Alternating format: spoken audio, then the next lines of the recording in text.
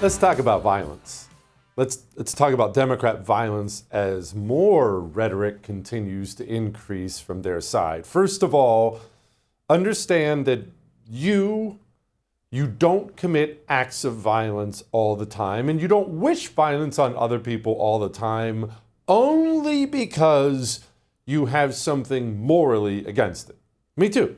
It's not that I'm a completely nonviolent person, I admit that, but even our political opponents. You know, if we woke up tomorrow and saw that Joe Biden died, I wouldn't cheer, wouldn't be happy. I'm not going to cry. I'm not going to sob. I don't care for him, but that wouldn't make me happy. I wouldn't go online and it said, "Woo, he's dead, yes." Just wouldn't occur to me. But that is because you and I, we have a different value system than communists do. And the enemies of communists throughout history, this is not unique to America, have always struggled to fully understand that. To a communist, violence is a necessary part of the revolution. It is a necessary part of the revolution. It is so necessary, he will encourage it. Sometimes really, really subtly encourage it. Sometimes he'll flat out tell people, go commit acts of violence. But to him, because he has nothing morally against it, violence is just second nature. And don't think for a moment I'm only talking about Democrat politicians, elite communists, or I'm only talking about Antifa or BLM, street communist types. This goes for, well, according to polling, the majority of Democrat voters in this country are comfortable with violence. Do I need to remind you of the poll during COVID that showed the percentage of Democrats that believe that you should be arrested and thrown into a camp if you didn't mask up, didn't take the vaccine? The percentage of Democrats that thought your children should be taken away from you, it wasn't 10%. These are normal people. Those are acts of violence. To them, force, violence, it's what you do. You get power, you get the ability to use violence, and you use it. Maybe the violence comes in the form of a deranged street animal. Maybe you've taken control of some government agency, local police force, national police force, whatever it is. When you have the power to physically hurt people in some way, the communist uses that power. Always has, always will. And this is what I continue warning us about on the right. They believe now, because they don't control the government right now, because the Trump administration is making some really solid steps, they believe violence is more necessary now than it has been before. And they are spreading that around, and we're seeing more violence. Now, remember James Comey, former head of the FBI? 86-47, what essentially amounts to a subtle death threat, a subtle encouragement for somebody to harm Donald Trump. He knew exactly what it meant. This is not some street animal, some drugged out loser on TikTok, Donald Trump. That's the former head of the Federal Bureau of Investigation. Now let's talk about what happened over Labor Day weekend. Trump disappeared for a couple days. I don't know what he was doing. Didn't matter. But online, on the internet, some weird rumor started that he was dead. Very bizarre, that he was dead. It actually led to a pretty funny exchange between Trump and Peter Doocy. Here it was. Something completely different, but about a big viral social media trend over the weekend. How did you find out over the weekend that you were dead? You see that? No. People didn't see you for a couple days. 1.3 million user engagements as of Saturday morning about your demise. Really? You didn't see that? I have heard, it's sort of crazy, but last week I did numerous news conferences, all successful. They went very well, like this is going very well. And then I didn't do any for 2 days, and they said, there must be something wrong with him. Biden wouldn't do them for months. You wouldn't see him. And nobody ever said there was ever anything wrong with him, and we know he wasn't in the greatest of shape. Pretty funny. But let's talk about Tim Walz. Hey, look, we could go a lot of different places with this, but let's talk about what Tim Walz said. Tim Walz is the governor of Minnesota. We have 50 states. He's the governor of one of them. Stood up in front of a bunch of Democrats as that Trump's dead rumor was flying. Here's what he said. You get up in the morning and you doom scroll through things, and although I will say this, the last few days you woke up thinking there might be news. Just saying.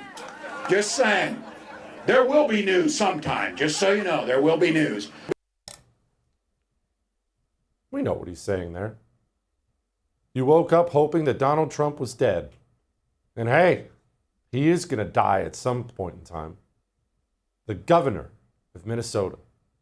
It's so open now with Democrat voters, street communists, elite communists. And in fact, Mr. Producer, I want you to play that video one more time for me. And this time, instead of listening to Tim Walz, because Tim Walz is a quack, I got that.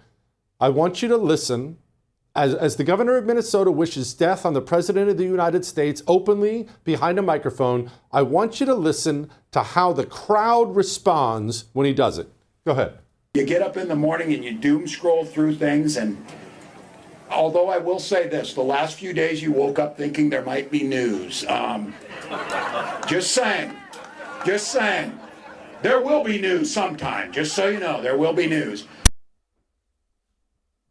Oh, gosh, that's so funny. Let's hope, huh?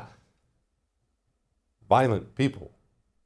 You have to remember you're dealing with people who view violence differently than you view violence. Remember Ryan Ralph, the guy who was waiting to shoot Donald Trump on the golf course? Ryan Ralph, crazies like that, they hear that kind of rhetoric and they act on it. Remember the guy who flew from California to murder Brett Kavanaugh? He heard people like Chuck Schumer threatening the justices with reaping the whirlwind, and you just ignored that as a standard Democrat speech. But the street animals who are okay with political violence don't view it that way. They view it as marching orders. Senator Marsha Blackburn, Tennessee, just had a 22-year-old woman charged with threatening to kill her.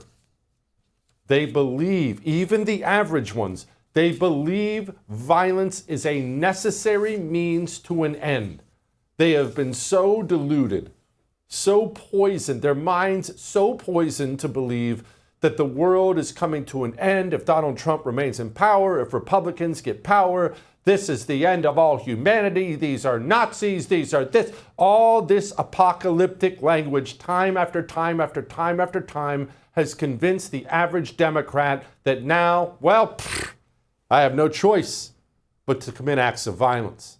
And when their little street animals, when their little pets commit acts of violence, the elite communists then run to cover for them as best they can. That tranny shooter we just had in Minneapolis, that horrible freaking shooting, little Catholic kids, NBC issued a public apology for misgendering the tranny.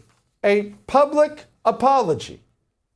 And do keep in mind, speaking of that, what have we talked about? Why do Democrats want your guns? Are they naive? You know, because whenever they bring up gun confiscation, we will, because we don't understand what we're dealing with, we'll hold up some facts and we'll say, well, actually, if you look at the highest gun law states, they're the most violent. We try to point out logic and facts, and we wonder, why doesn't that ever work? Why doesn't that work? Those are facts. Well, stop being naive. They don't care about crime. They don't care about mass shootings. They are very, very okay with violence. What they truly, truly care about is that they can't hurt all of us, that they can't do to us what they see other evil countries doing to their citizens. Remember what Australia did during COVID? We saw testimony after testimony of it. Australia built concentration camps and took unvaccinated people and threw them in them. The free Western civilization country of Australia sent government goons door to door to apprehend people and throw them in a concentration camp. What kind of gun laws does Tim Walz want? When they had a school shooting in Scotland or they had an incident in Australia, they simply made changes. They are just as free as we are. They still have gun ownership requirements, but they have made sure that they don't have these. And since they did those things, they don't have them. We are an outlier amongst nations in terms of what happens to our children, and I refuse to think that that's okay. It's simply not. Oh, he's not worried about the children. He is, however, very, very, very worried about you and your ability to defend yourself. Just remember, there are violent people among us. We call them Democrats.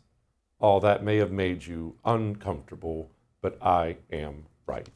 I would thank you for coming to my YouTube channel, but I know how brilliant it is, and I know you love it here. So subscribe and watch. We're going to start really ramping things up and putting some funny stuff, some interesting stuff out there, some collaborations. Either way, my YouTube channel is officially the place to be. So stick around.